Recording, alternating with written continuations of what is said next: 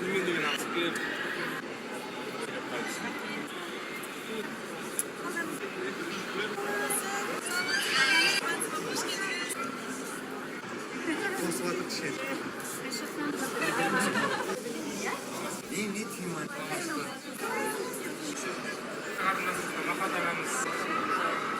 Абай келіңіз. Қайсыз депутаты?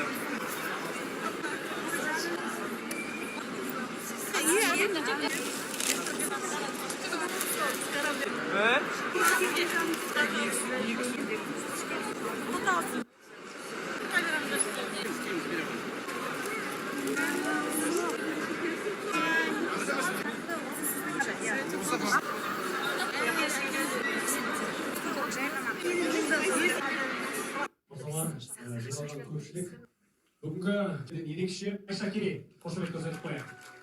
Басты қонағы Неслихан Өсірқызы, ысыға сараңыз аяман қазақ келеді. Кісесі күмістелген, үзеңгісі қағысып ырыс телімен бабамыздың арманы орындалған күн деп айтсақ болады. Міне қайдасын қазағым деп қазақты іздейтін бүгінде жандар бар. Міне ортамызда тағы да бір қаттырақ қошемет көрсетіп қойсаңыздар болады. Қайдасын қазағым бұл жай ғана кадрлардан құралған фильм емес. Бұл сыртта жүрген аңыз адамның ішіндегі махаббат рухы ешқашанда өшпеген қазақтың аманаты деп айтсақ болады. Басқан қадамдарыңыз берекелі болсын, мың алғыс деп сіздерге де рахметімізді жаудырғымыз келеді. Бір қошемет көрсетіп қойыңыздар.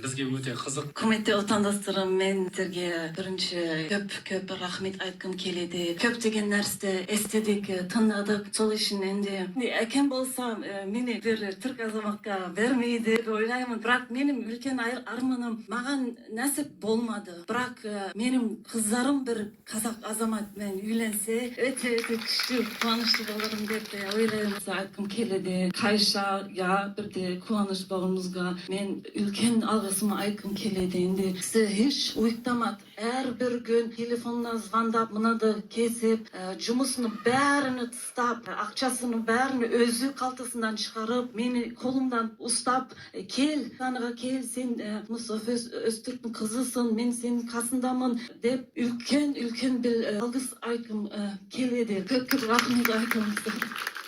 Сіздердің бәріңізді көргеніме өте қуаныштымын. Көп рахмет. Ассалаумағалейкум, ардақты ағайын.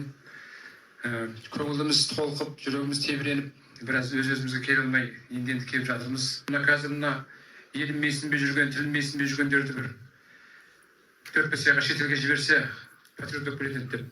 Сол айтқандай көрдіңіздер ме, қандай отансүйгіштік, қандай туған жерге деген сағыныш, махаббат, осының бәрін көріп көңіліміз толқып жатыр. Мұстафа ағамыз біздің қазақ даласына жекпе-жек өнерін әкелген. Карате, таэквондо, басқа сол сияқты көп спорт шықты ғой, соның бәрі көшбасында сол кісі тұр. Жастарға тек қана спорт емес, ел болуды, ұлт болуды, қазақ қайсар азаматтарды болуды, отан сүюді үйреткенін оқысын біздің сол кезде құлағымыз естіген мақалаларын оқығанбыз. Сондықтан жан-жәннатта болсын, осындай тұяғының елімізге келгеніне біз қуаныштымыз. 100-ге дейін өмір сүріңіз, Жамбыл атаның жасында. Сондықтан осы топырақта өнігесіңіз деп тілек айтамын. Бәріміздің атымыздан айналайын Қайшаға бір рахмет айтып қояйық. Алдыңа қойған мақсаттардың бәрін орындалсын. Мұстафа Өзтүрк 90-шы жылдары келіп, шеттегі қазақтың, жалпы қазақтың жерін, елін сүюдің қандай екенін сөзбен емес, іспен көрсетіп, халықтың рухын көтерген еді. Өз көзімізбен көрген едік. Ал енді қазір Қазақстан, адал Қазақстан өз тірікті қайта тірілтіп, қызын алып келген Қайша саған рахмет айналайын. Мне удобно говорить на русском языке. Я буду говорить деп жүргендер бар. Соларға сен үлгі боласың жаным. Бүгін бізге Қайша жаным айналайын. Осы 4 ананы қастерлеген, қасиетті, текті ұрпақты танытты.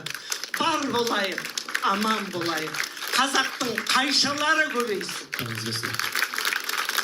Әсерім, шын айтсам, басталғаннан бері толқыныс болды да, соң кейін фильм бойы жылап шықсын. Ятта болса айтайын, білмеймін енді, өте әсерлі. Мұстафа атамызды бұрыннан білеміз, сырттай оқиғаларын, өмір баянын сырттай қанықпыз. Бұл фильм енді ерекше толқытты, жылап шықтым.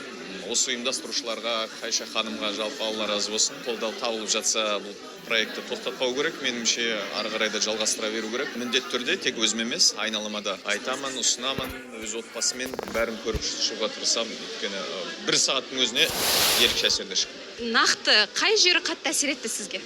Мұстафа Өзтүріктің отбасы жайындағы, елден жырақ болса да қазақша білуі, қазақ салт-дәстүрін ұстануы, қазақ еліне деген сағынышы, шынымен де сол жағы өте қатты әсер етті.